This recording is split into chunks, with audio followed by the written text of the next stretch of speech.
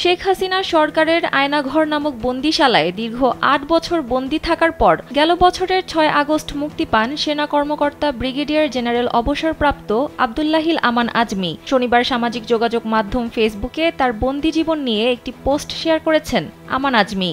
Facebook পোস্টে তিনি লিখেন, আমার বন্দি জীবনে যেই সেলে আমাকে রাখা হয়েছিল সেখান থেকে টয়লেটটা ছিল আনুমানিক ৪৫ থেকে ৫০ কদম দূরে। টয়লেটে যেতে হলে হাতে হাত কড়া পরিয়ে মোটা কালো কাপড় দিয়ে চোখ বেঁধে মাথার উপর থেকে ঘাড় পর্যন্ত জমটুপির মতো কালো মুখোশ পরিয়ে নিয়ে যাওয়া আসা করত।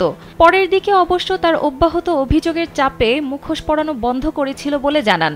তিনি দাবি করেন ২৯০৮ দিনে প্রায় ৪১,০০০ বার তার চোখ হাত বাঁধা হয়েছে।